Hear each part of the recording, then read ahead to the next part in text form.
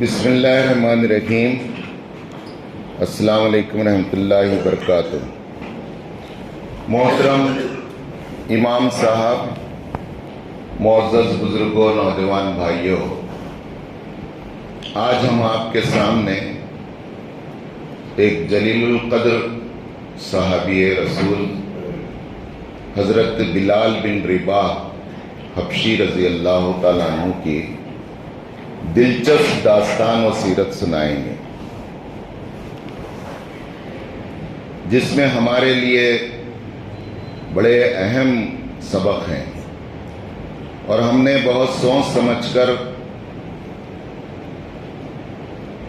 موجودہ حالات میں جس رخ پر ملک کے حالات جا رہے ہیں، اس میں حضرت بلال حبشی رضی اللہ تعالیٰ عنہ کی سیرت سنانے کا فیصلہ کیا ہے۔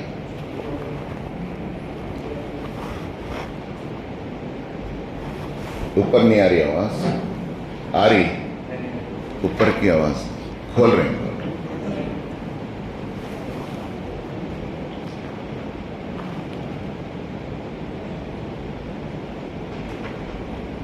نیچے آ جاؤ بولے اوپر والا۔ حضرت بلال حبشی رضی اللہ تعالیٰ عنہ حبشہ سے آئے ہوئے غلام، اور غلام کے ہی بیٹے تھے، امیہ بن خلف کے خریدے ہوئے غلام تھے، اور بکریاں چرانا آپ کا کام تھا۔ رسول اللہ صلی اللہ علیہ وسلم سے پہلا تعارف آپ اور حضرت ابوبکر رضی اللہ تعالیٰ عنہ غار حرا میں تھے۔ سامنے سے یہ چرواہا بکریاں لے کر جا رہا تھا، تو رسول اللہ صلی اللہ علیہ وسلم نے کہا کہ اے بچہ، ہمیں دودھ پلا دو، تو آپ نے بکریوں کا دودھ دو کر آپ کو دودھ پلایا۔ تو جب وہ گئے تو مالک نے کہا کہ آج بکریوں کے تھن میں دودھ اور زیادہ ہے، کیا بات ہے کہ تم نے بہت اچھا چرایا ہے۔ یہ برکت تھی رسول اللہ صلی اللہ علیہ وسلم کو دودھ پلانے۔ بھلا دکھا، آتے جاتے ملنے لگے، سیدھے سادے تھے، تعارف ہوا کہ اللہ کے رسول ہیں اور اسلام کی دعوت، ایک خدا کی دعوت تعلیم دے رہے ہیں۔ ایمان لے آیا۔ ایمان لانے کے بعد ایمان کا اظہار بھی کر دیا۔ جو ہی اظہار کیا تو وہ زمانہ تھا جب حضرت بلال رضی اللہ تعالیٰ عنہ کے ساتھ بہت سے غلام بہت ستائے گئے۔ تاریخ میں آتا ہے کہ بہت سوں نے اپنے پرانے دین پر ہی قائم رہے، اس میں سے چند ایک ہی تھے غلام جو تاب نہیں لا سکے تھے، اور جو آزمائشوں کو برداشت کرے اور ایمان کو بچایا، وہ حضرت بلال رضی اللہ تعالیٰ عنہ۔ امیہ بن خلف کو جب معلوم ہوا تو اس نے کہا کہ یہ صابئی ہو گیا ہے۔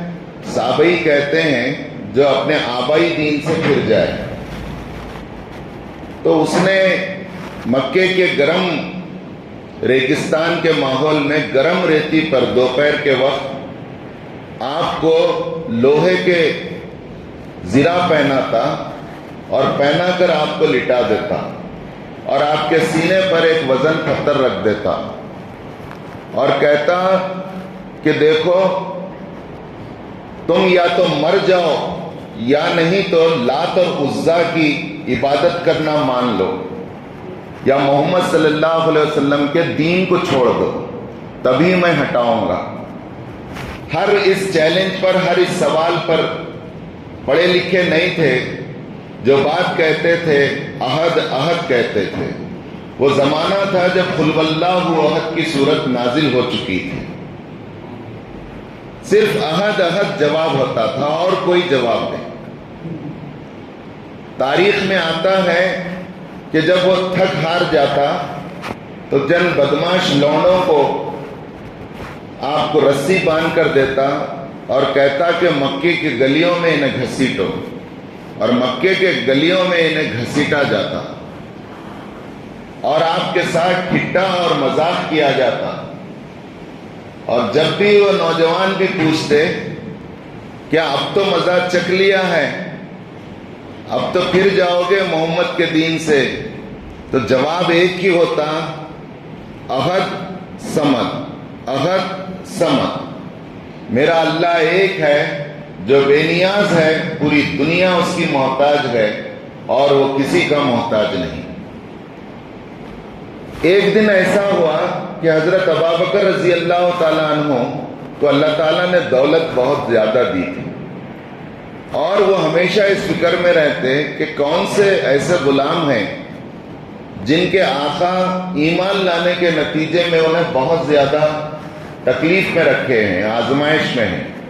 تو معلوم ہوا کہ حضرت بلال کا بھی کڑا امتحان ہو رہا ہے اور وہ ایمان پر ثابت قدم ہے۔ تو آپ ادھر سے گزر رہے تھے اور دل میں ارادہ کیا تھا، تو امیہ بن خلف اپنے ساتھیوں کے ساتھ ٹھہرا ہوا تھا۔ اس نے اپنے ساتھیوں سے کہا کہ میں اب تمہیں ایک کھیل بتاتا ہوں، وہ کھیل دیکھو میں کیسا کھیل کھیلتا ہوں۔ وہ کھیل یہ تھا کہ امیہ نے کہا کہ اے ابوبکر تمہارا ایک ساتھی یہاں ہے، کہا کہ ہے، کیا ہم اسے بیچو گے تو کیا تم لوگے؟ تو اگر تم دینے کے لیے تیار ہو تو ہم لوگے۔ تو اس نے ایک ایسی قیمت بولی، اس لیے بولی کہ وہ قیمت وہ ادا نہ کر سکیں، تو اس نے وہ قیمت بولی، تو آپ نے کہا کہ سودا منظور ہے۔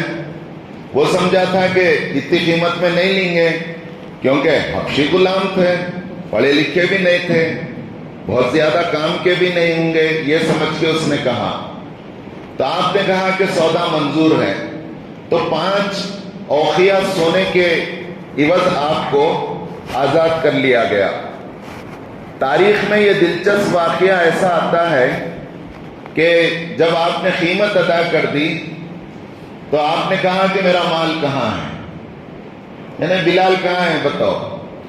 تو حقارت سے اس نے کہا کہ جاؤ تمہارا مال وہاں ہے، کھول لو، یعنی جکڑا ہوا ہے، زنجیروں میں بندھا ہوا ہے۔ تو آپ اس کے اس تانے کو سن کر گئے اور خود کے ہاتھوں سے جب کھول رہے تھے تو اس نے اور ایک ٹھٹا مارا، تانا مارا، مارتے ہوئے کہا کہ ہم سمجھے تھے ابوبکر دانا آدمی ہیں لیکن اتنے ہوشیار نہیں نکلے، ایک حبشی کو اتنی بڑی رقم دے کر خرید رہے ہو۔ غیرت ایمانی کو للکارا، کھولنے سے پہلے پلٹا حضرت ابوبکر رضی اللہ تعالیٰ عنہ۔ ایک روایت میں آتا ہے کہ حضرت ابوبکر نے اسے جو جواب دیا وہ یہ تھا کہ اگر اس حبشی ایمان والے کے مقابل میں امیہ بن خلف اگر تو 100 اوقیہ چاندی بھی مانگتا تو یہ سودا سستا تھا۔ اور ایک روایت میں آتا ہے تو اس مومن بندے کے بدلے میں یمن کی سلطنت بھی مانگتا تو یہ سودا سستا تھا۔ یہ تھی ایک غلام مومن کی جو ایک دوسرے بھائی کے نظر میں قیمت تھی، قدر تھی، تبھی تو اسلام زندہ ہوا۔ پہلی آیت میں امام صاحب نے سورہ فتح کی آیتیں پڑھی۔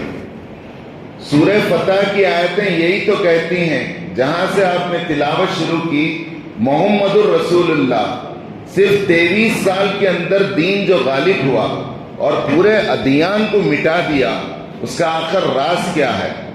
راز یہی ہے کہ محمد صلی اللہ علیہ وسلم جیسی لیڈرشپ ہے، اس لیے یہ دین غالب ہوا۔ اور صرف ایسی لیڈرشپ رہنے سے بھی غالب نہیں ہوا، یہ امیر گئے تو مامورین کا عالم کیا ہے دیکھو، والذین معہ اشداء علی الکفار، ساتھ جو صحابہ کرام ہیں ان کا عالم یہ ہے کہ اشداء علی الکفار، کافروں کے لیے بڑے سخت اشداء ہیں، لوہے کے چنے ہیں، ورحماء بینہم، اور آپس میں بڑے رحیم اور شفیق ہیں۔ یہ ہے دو صفات جس کی وجہ سے دین صرف 23 سال میں غالب ہوا۔ تراہم رکعاً سجدا یبتغون فضلا من اللہ ورضوانا، تم دیکھو گے کہ ان کو رات دن اللہ کی عبادت اور رکوع اور سجود میں پاؤ گے۔ سیماہم فی وجوہہم من نثر السجود، ان کے پیشانیوں سے سجدے کے آثار نظر آئیں گے۔ یہ ہے وہ کوالٹی صحابہ کی، اس کے بعد دین غالب ہوا۔ دنیا کی کوئی طاقت اگر مسلمانوں کے اندر یہ دو صفات آ جائیں، اور یہاں پر آپ خاص طور سے دیکھیے پہلی صفت منفی بیان کی گئی، یہ بکنے والے دبنے والے نہیں ہیں، یہ سودا کرنے والے نہیں ہیں ایمان کا۔ اشداء علی الکفار، شدید سے مبالغے کا صیغہ ہے کہ شدید نہیں ہے، اشداء ہیں۔ اور آپس میں کیسے ہیں؟ رحماء بینہم، اپنا پیسہ کماتے ہیں اس لیے کہ اسلام اور مسلمانوں کی ضرورتوں کو پوری کریں، ان کے پیش نظر اسلام کا غلبہ ہے، اس لیے دین غالب ہوا۔ نوٹ کمانے، نوٹ جمانے، بچوں کے واسطے رکھنے، بچا بچا کر رکھ کر چلے جانے، اور وراثت میں بڑے بڑے جائیدادیں چھوڑ کر جانے والوں کو اللہ تعالیٰ دین غالب نہیں کرتا۔